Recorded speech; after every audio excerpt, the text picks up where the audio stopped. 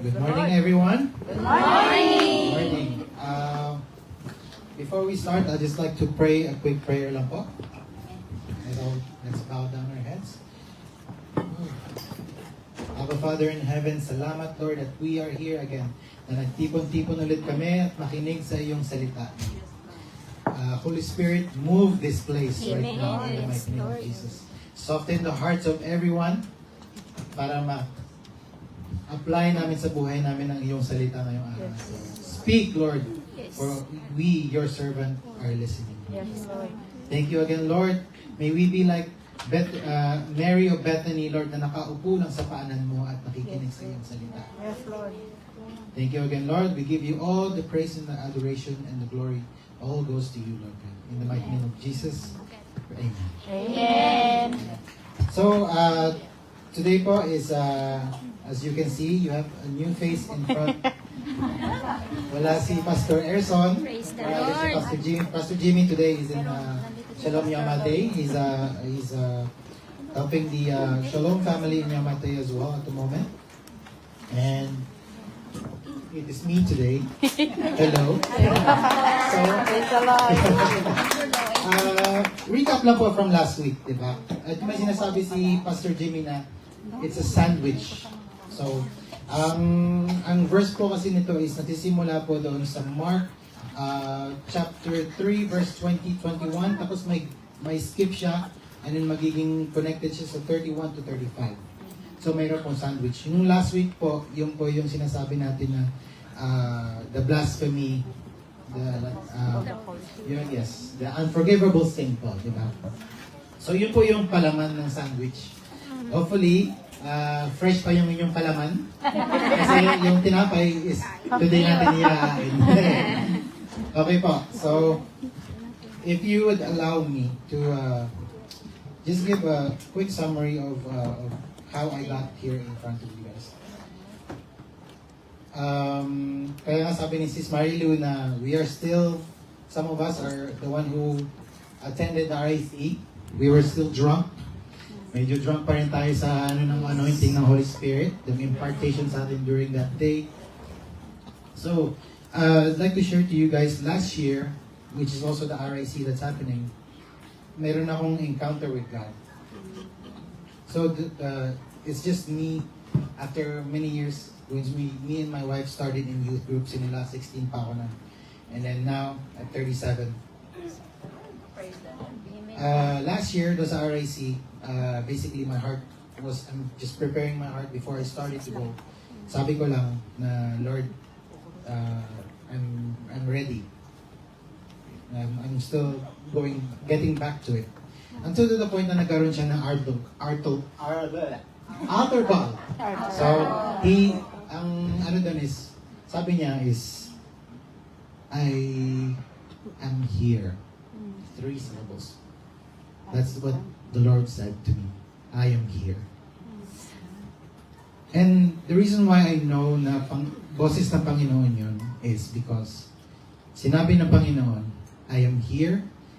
And then may nag-altar call si Pastor Melnon na if God is speaking to you, speak. And I was hesitant kasi it's been a long time, almost at least 10 or more years na hindi ko narinig ang boses ng Panginoon. So, there's always questions in your head na, boses ng Panginoon. Pero hindi hindi makakaila pag sinrinipit din ng isang tao. Kung if the Holy Spirit tells you what to say, and you say no, it's a guarantee that the Holy Spirit will use another person. Yes. So that the body of Christ will be uplifted or encouraged. Diba? So I withheld my tongue and I didn't say it. And then immediately, right after when I said it, when he said, I am here, I withheld, and then literally what Pastor Mel says, I am here. Is exactly the same. I had never left you nor forsake you. I was always here.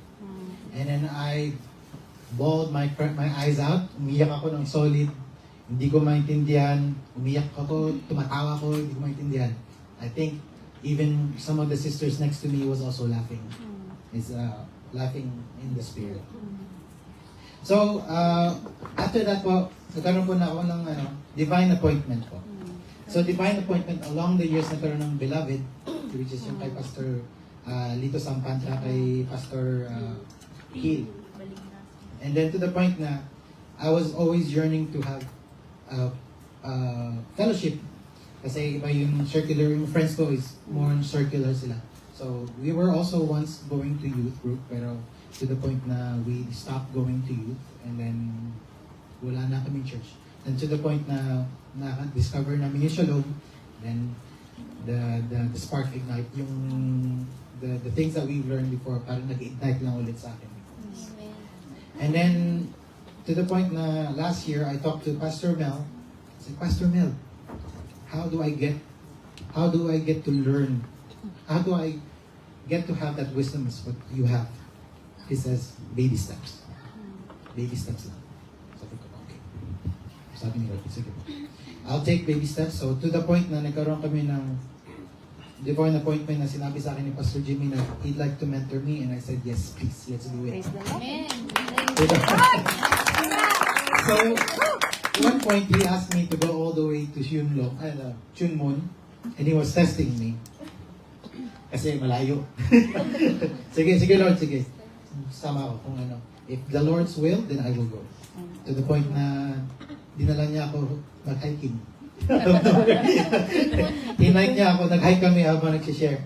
And then we opened up our daily struggles with each other, like how Jesus would do the same thing sa mga disciples niya.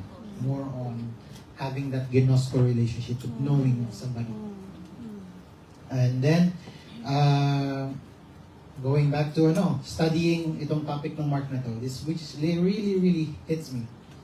And to the point that it's still happening. I believe that everybody, one of us here, will also relate. And after that, all the RAC, mga pinag-aralan natin, it just fall, everything na pinag-aralan ko sa topic na to, it just fall into place. Na-reinforce ng lalo ang topic na to dahil sa what we've learned on Wednesday. So, fast forward po ngayon, altar call po on Wednesday, di ba? So, meron po sinabi na si Pastor Marie, yung Psalms 115, verse 1, that not to us, O Lord. O Lord. O is similar of a cry out. You will see, makikita natin madalas yun sa when you read the book of Psalms, you will see David, ang dami niya mga O's. O. So madami niya, yung considered na O na yun, it's more of a cry. Yung cry na, O Lord.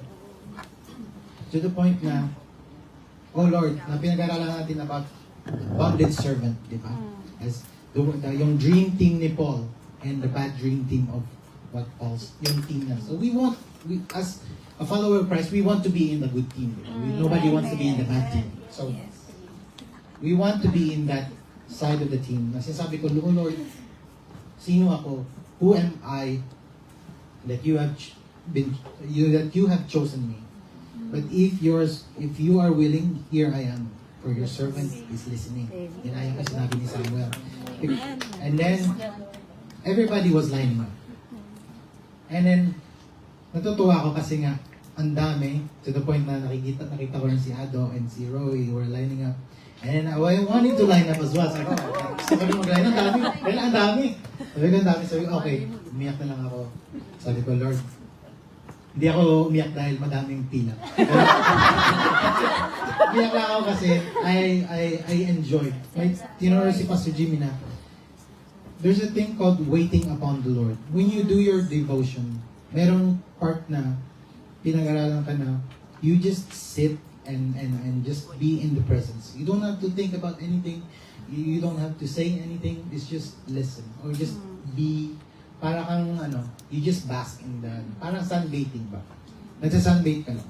Because as you can see, ang spirit, ang presence ng Panginoon doon sa place na yun, napaka super thick.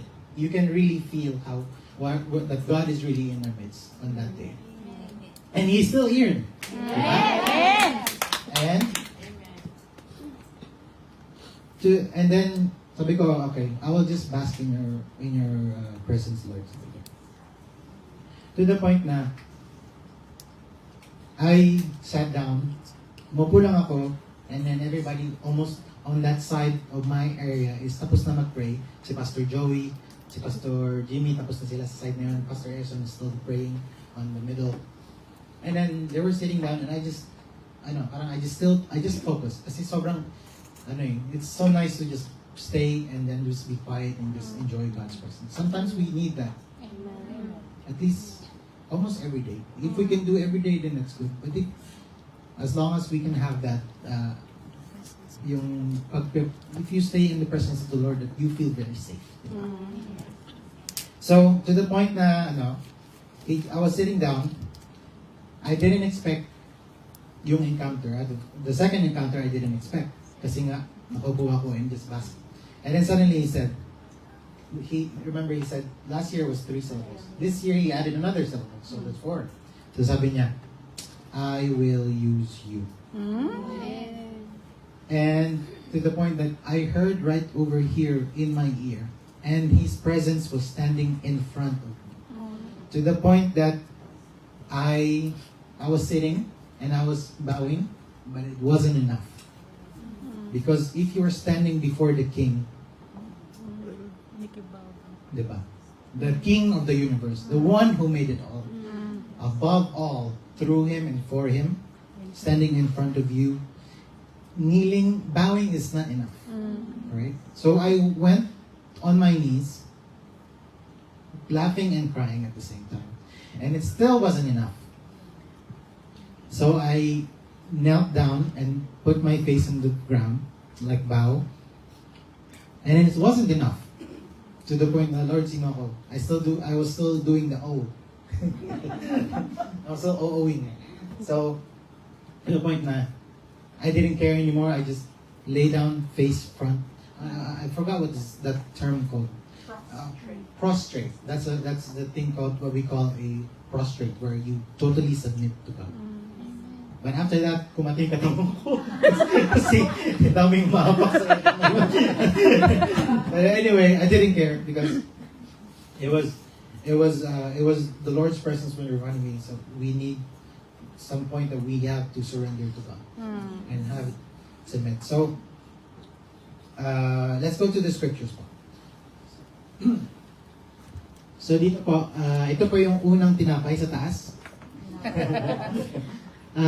Mark chapter 3 verse 20 to 21. Then Jesus entered the house, and again a crowd gathered, so that he and his disciples were not even able to eat. When his family heard this, they went to take charge, for they said, he is out of his mind. And then after that, we move on to the bottom part of the bread. Mark chapter 3 verse 31 to 35. Then Jesus' mother and brother arrived standing outside. They sent someone to call him. A crowd was sitting around him, and they told him, your mother and brothers are outside looking for you. Who? And then he replied, who are my mother and brothers? He asked. Then he looked at the seat and said, here are my mother and my brother. Whoever does God's will is my brother and sister and mother. So, as we look po, ang title po natin today is Jesus' family.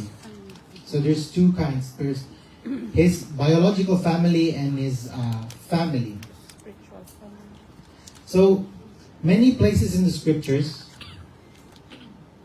makikita natin na madami tayong mga extract, madami tayong makukuha as comforting truths. Yung mga totoo na mako-comfort natin na how we can use that in our lives. If you have a problem in finance, God will give you a comforting verse. Give your tithes. Well, not really comforting, but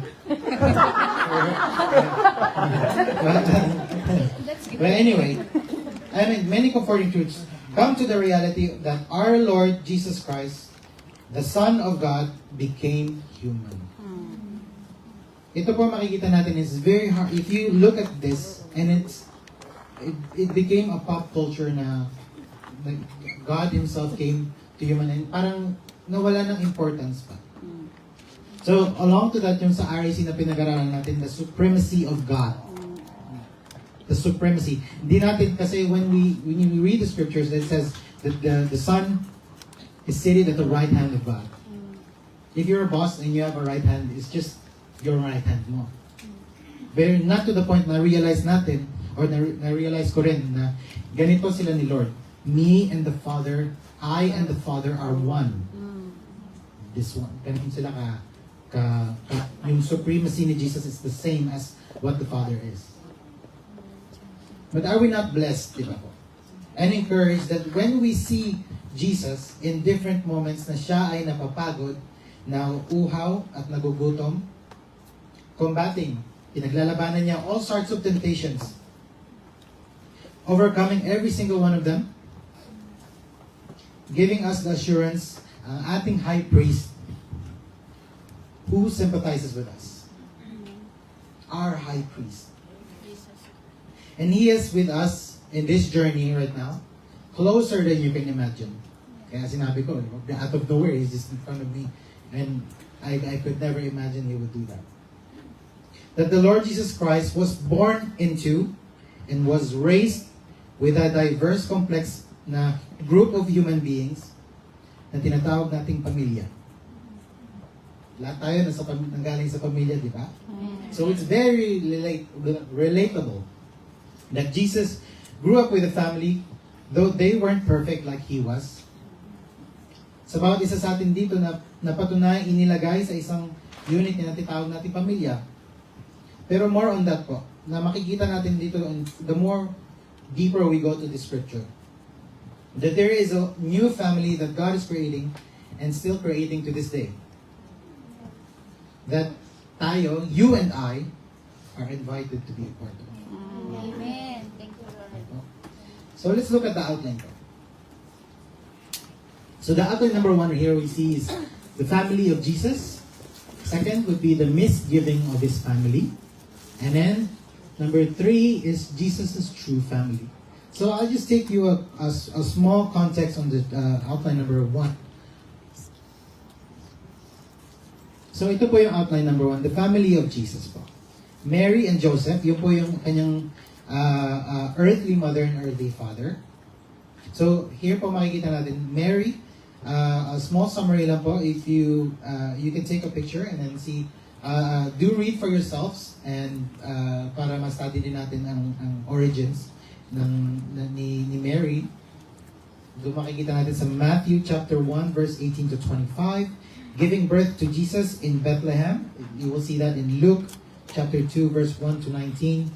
And then Joseph, the descendant of David. That's where the lineage of Jesus is coming from. You'll see that in Matthew chapter 1 verse 1 to 16 as well. And then Mary as his wife. You'll see that in Matthew chapter 1 18 to 25. And then dito po is yung is yung Jesus' half siblings. Ito yung mga half brothers niya at sisters. Pangalan nila is, you'll see that in Mark chapter 6 verse 3. But their names are James, which is makikita natin sa New Testament, si James, Joseph, and then Judas is also Jude. Like yung Jude, Revelations. Yun yung last, which is the most shortest, smallest book in the New Testament. And si Simon po. He has sisters, but some people would say sa commentaries, but here in the Bible, they were never mentioned. Diba? So let's move on. Outline number 2, the misgivings of his family. As we see in verse 21, when his family heard about this, they went to take charge of him, for they said he is out of his mind. Baliw siya. Meron po siyang, sa Tagalog po, pasensya na po sa Tagalog, nang mabalitaan yung ng kanyang mga kasambahay, sila'y pumaroon upang sawayin siya dahil sinabi ng mga tao na siya'y nasisiraan ng bayan. So parang medyo there's a bit of disbelief, criticism, and unbelief doon sa passage na yun, di ba? Makikita natin. That the family is concerned for him? I don't think so. It's more concerned for themselves, maybe. Yes. Kasi dahil pinapagkaguluhan siya dun sa labas ng bahay nila o sa labas ng bahay. So they went to stop him, probably from taking up the spotlight. Kasi pag nakita sila ng mga ibang Pharisees doon, baka punahin sila, pati yung family niya. So mayroong sharp criticism. And some of us here, ngayon, some of us here can testify that you have been able to weather the storm. Mga dumaan sa pagsubok dahil sa pangalan ng ating Panginoong Jesus. Sa kapaitan ng ating kultura at sa kalupitan ng mundong ito. The caring and nurturing love of those who share your last name. Our home may not be perfect, pero we have a sense of security inside the house. Kahit maingay, kahit may nag-aaway, it's still secure kasi bahay natin. And nandun yung magulang natin, at mga kapatid natin. Kahit nagkakatalo, pero it's still a sense of comfort pa rin. But when you look closely at the interactions of Jesus and his siblings, it is not the most positive portrait picture of a family. Kasi ito na si Lord, ito na mismo ang Panginoong Jesus natin, first hand. Who knows what Mary and Joseph told the siblings? Diba? As you can see here, wala si Joseph dito sa amin natin. It's only the siblings and Mary themselves.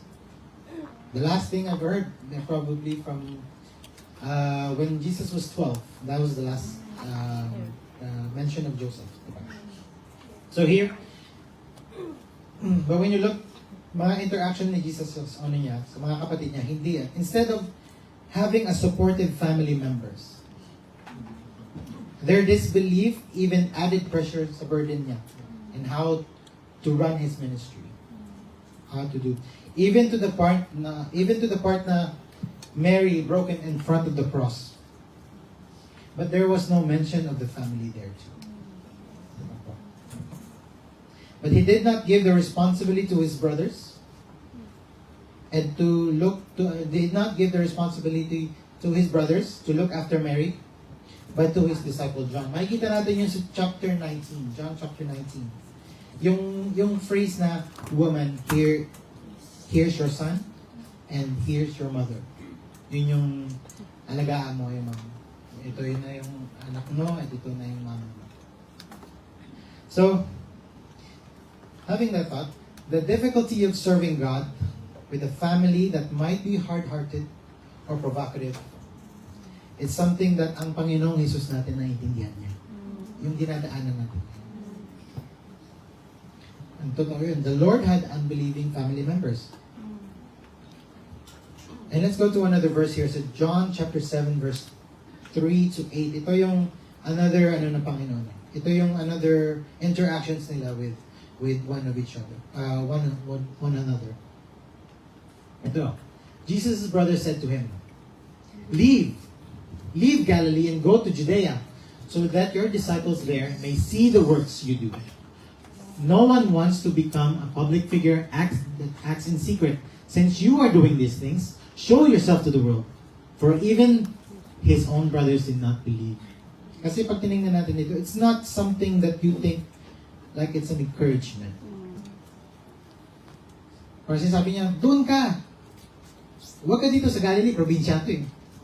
Di kasi sikat dito. Doon ka sa Judea, where a lot of people can see you. Sa mga disciples mo, doon ka magpasikat. That's basically what they're saying here. For since you are doing these things, show yourself to the world.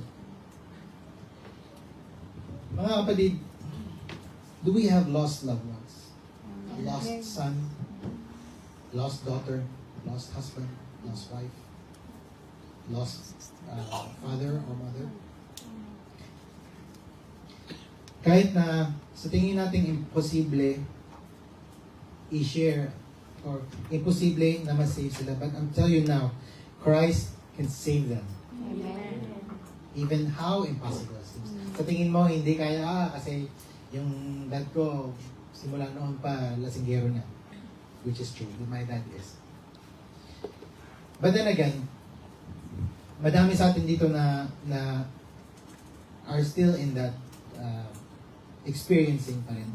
And some has already had victory in it as well. Diba? Katulad nung testimony ni Pastor Jimmy. Diba? Before he was persecuted by his own family. And yet, everybody in his family is already accepted Christ. Amen. So that can happen to our family too. Diba?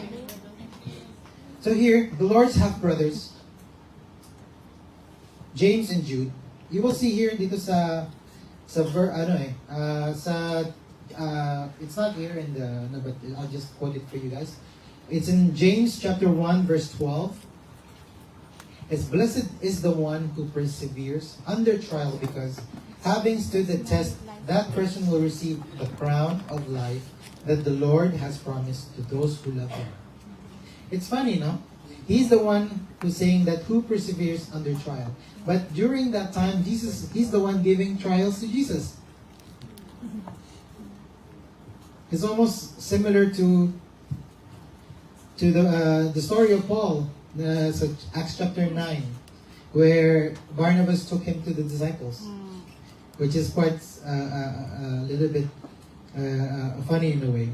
It was the same Paul that persecuted the people that believed in Jesus. And this James is the same brother that persecuted Jesus for his belief. Diba po? So ito po, yung kay Paul, that Barnabas took him to the disciples, tapos all of the disciples were scared. This is the same story as what James was. And here's Jude, chapter 1, verse 21. Keep yourselves in the Lord's love as you wait for the mercy of our Lord Jesus Christ to bring you eternal life. Exactly. These are the same brothers who said that leave Galilee and go to Judea. All those sharp criticism, now they believe in Jesus as Lord and Savior. It's the very thing that we can also have hope in our families as well. Di ba po? Pero ito pong magandang reply po ni Jesus ito sa altercation nilang mag-family. So dito po, verse 6 to 9. Dito po, therefore Jesus told them, my time is not here. For you, any time will do. The world cannot hate you, but it hates me because I testify that its works are evil. You go to the festival. I am not going up to this festival, because my time has not fully come. And after that, he had stayed in Galilee. So when we see what Jesus' reply here, that his time is not yet here, for their time, any time will do. What do we look at that? So basically what Jesus is saying, that the brothers do not understand because they are living of the world. Hindi nila intindihan ang good news. But when we share, sabi nga ni Pastor Mel, that we share the bad news first. So that they know the heaviness of the punishment that awaits us if we don't share the bad news first. Once that we share the good news. So, and Jesus says here that his time is not yet come because his path is different. Iba ang path niya. For he says that, Jesus said that, I am not of the world. Diba? Makikita natin dito, and because of the world, he accuses the world of doing evil. Diba? And then, if you, just insert verse number dito, so John 15 verse 18. If the world hates you, keep in mind that it hated me first. Diba po? So, ang altercation nila dito is basically, Jesus believes, his belief will never waver. Kasi, the Father and I, this is what the Father has done. He sent me for a plan, with a plan. And you guys do not understand Diba? Because you have all the world. Because you can do anytime you want. But for God, His pattern is different. He moves in a different beat. If my beliefs and your beliefs has to part ways, so be it. Even in our side. Kasi yun ang high cost ng discipleship, of knowing God. If you follow God, you turn away, you crucify your flesh. You carry your cross. Diba? So let's go to outline number 3. Jesus' true family. So we look here sa Mark chapter 3 verse 31. The identity of His true family. Makikita natin dito. Then Jesus' mother and brothers arrived. Standing outside, they sent someone in to call him. Verse 32. A crowd was sitting around him, and they told him, "Your mother and brothers are outside looking for you." 33. Who are my mother and my brothers? He asked. 34. Then he looked at those seated in the circle. Or maybe we can say here, nakasiupo sa blue chair at sa black chair. And said, "Here are my mother and my brother and my brothers." 35. Whoever does God's will is my brother and sister and mother. Those who do the will of those who do the Father's will. If you look at it, no matter who you are or where you came from, I'm telling you that the Lord Jesus invites you to be part of this most glorious, unloving, unending.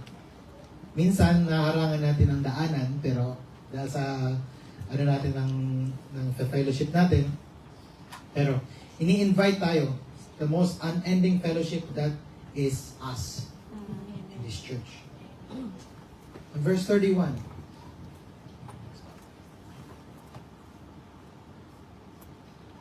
Luke is standing outside still.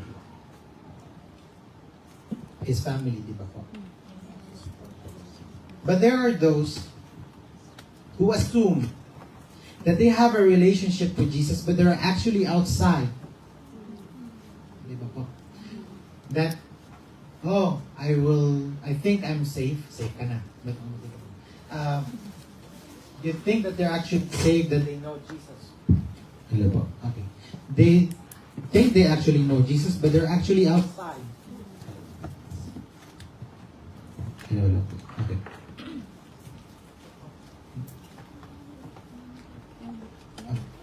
Okay.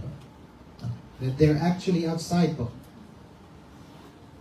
And verse 34 here we would see who are the ones sitting close proximity sa paanan niya. Nakaupo malapit sa kanyang paanan. For those are the ones who is eager to do the will of God. Amen. Tayo dito, gumising ng maaga. Instead na 11:30, we do 11. No problem, Lord. Let's do it. Amen. Yes. Amen. And then the next verse that we see here, 35. Whoever does God's will is my mother. Will is my brother and sister and mother.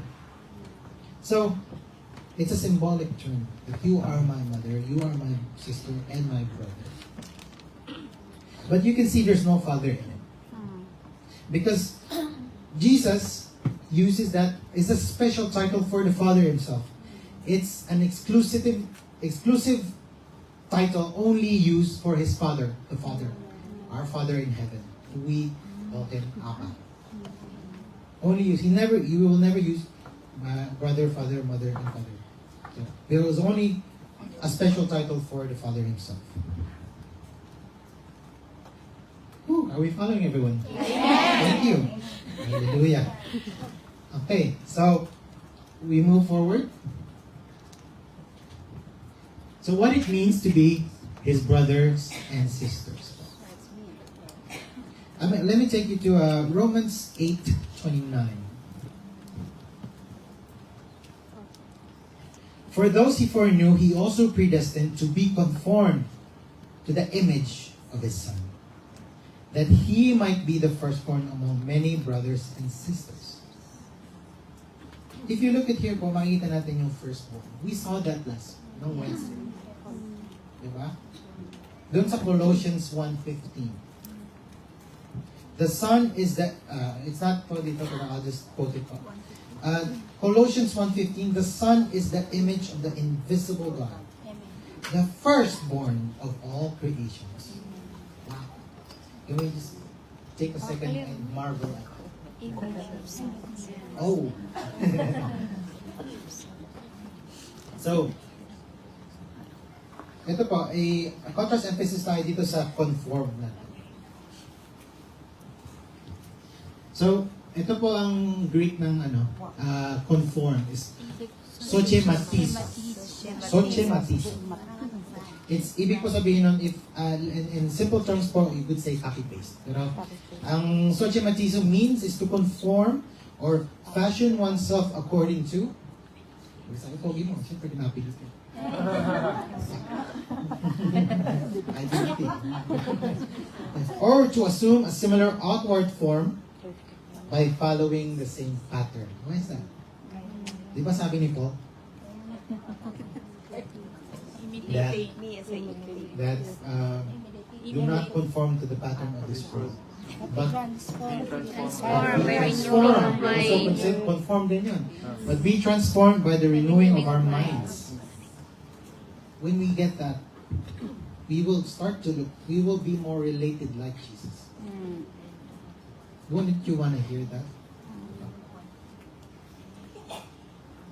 Makikita natin si Pastor Mitch. Somebody will say, you look like Jesus.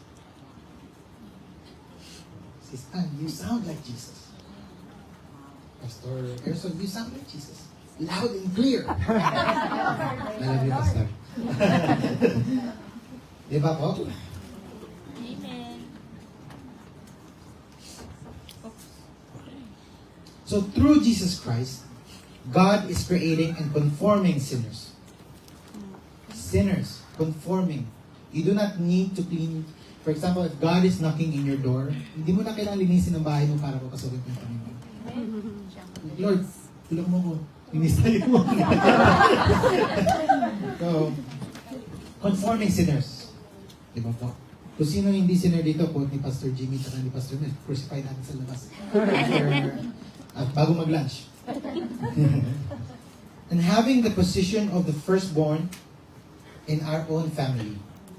God has placed us in this family that you are in to be the firstborn.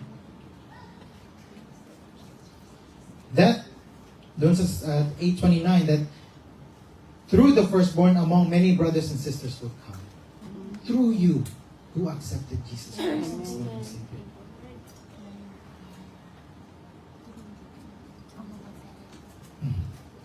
Going back tayo dun sa, we go one more verse back dun sa Romans 8:29. Now we go to 28.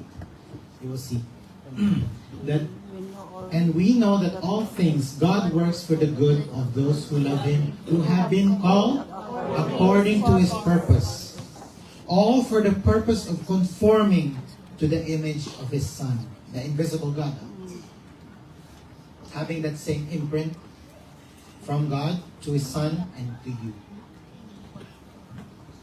So God's wonderful plan is through the firstborn that there will be more brothers and sisters would come. Through the firstborn. Di ba nga sabi ni Paul dun sa 1 Corinthians 11:1 that follow my example as I follow the example of Christ. Tularan niyo ako as inutularan ko rin si Jesus. Di ba? So, it is our confidence that we have been called to His purpose.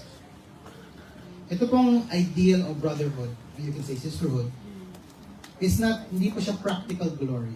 But there is a positional security in knowing that I am a sibling of Christ.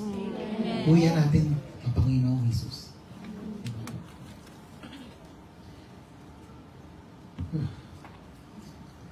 This, another verse I will show you. This is something that it might cause your heart to flutter a little bit.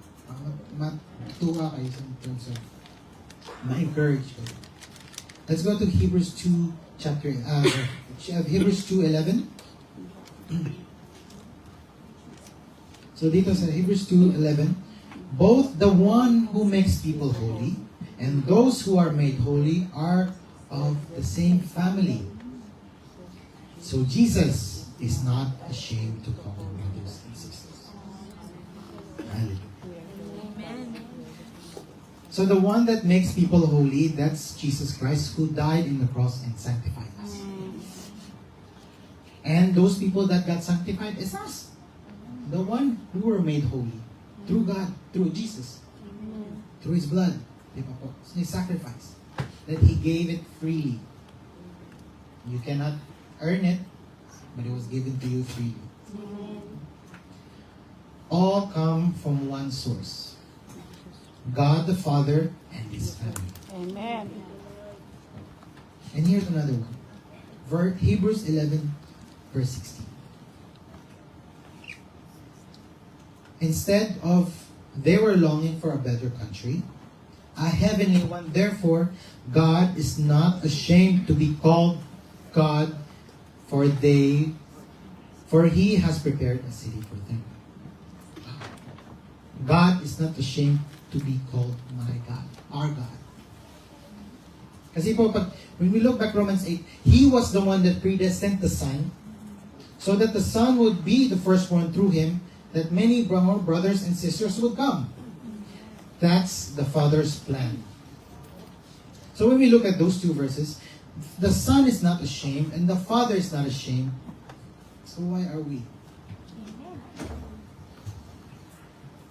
How could we even think of having a hesitant thought on not being able to share to our loved ones, to our friends, to our co-workers, sa ating amo? And yet, sa lahat ng ating kabiguan at inconsistencies, if anyone should be ashamed, it should be Jesus. The one who gave His own life.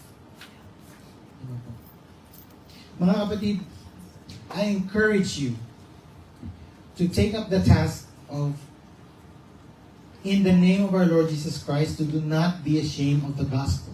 Amen. Kasi ito ang because we need to say the bad news and so that they would know the good news, the importance of that.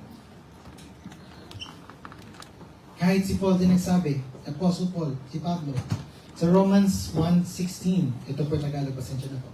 Hindi ko kinakahiya ang magandang balita sapagkat ito ang kapangyarihan ng Diyos para sa kaligtasan ng bawat sumasampalataya, unay sa mga Hudyo, ngayunin sa mga Grego. Hindi ko ikinakahiya ang magandang balita sa aking pamilya, sa aking mga kaibigan, sa aking trabaho, sapagkat ito ay kapangyarihan ng Panginoon in order for us to be saved. Because the reason why Paul says that, because he served a Christ that is not ashamed, and a God who is not ashamed to be called His God. Dapat ganun yun po tayo. Kasi po, if ang contrast po nung being not ashamed is pag ashamed tayo, hear what it says sa Luke 9, verse 26. Wala pa siya sa akin. I'll quote it.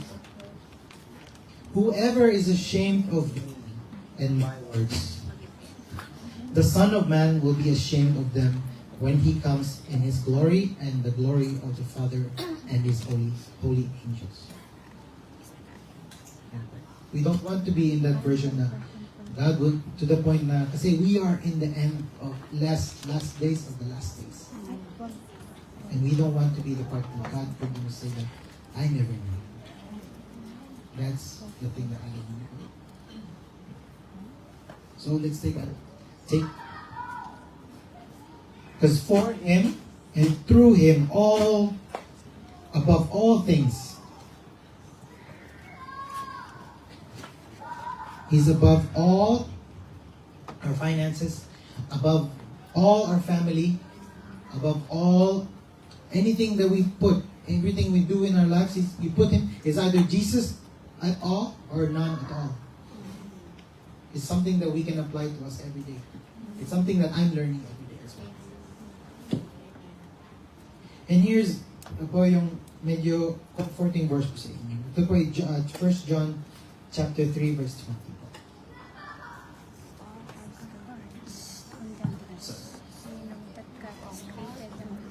So it says here, verse 20, if our hearts condemn us, we know that God is greater than our hearts and He knows everything. Amen. Ito po yung notion na yung trusting your own gut. Obliterated na siya. Hindi na siya, valid na siya. Kasi God is greater. His court is higher and He knows everything. Alam niya lahat. And the reason why our hearts condemn us, it's because we know something about ourselves that others don't. Hindi alam ng pastor mo, hindi alam ng kaibigan mo, hindi alam ng pamilya mo, ikaw lang nakakaalam.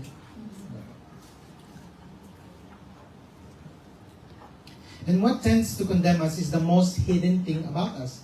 Yung mga nakatago sa atin, mga hindi natin. Behind closed doors, those are the ones that condemn us the most. The ones you do in darkness, the devil himself will use that against you. Kasi when you think about it, it's so cruel. And it's so perverse and it's so dark. It hunts us and it torments us. To the point na hindi natin ma-imagine kung paano tayo ipapatawag ng Panginoon.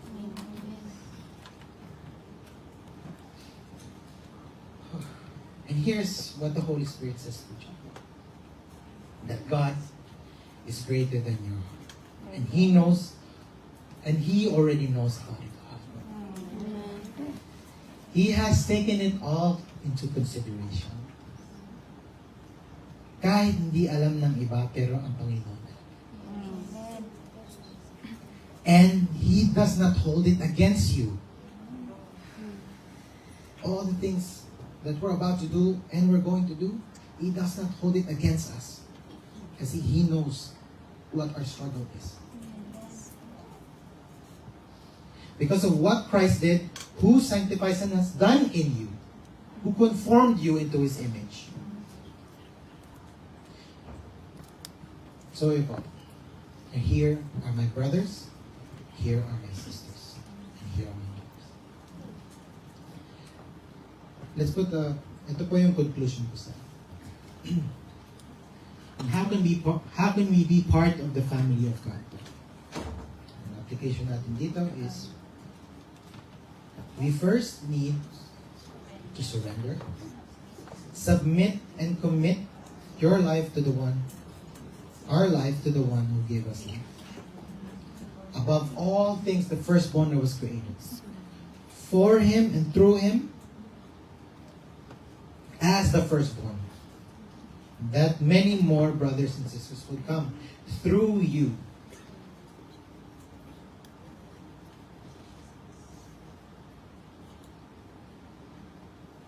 Thank you.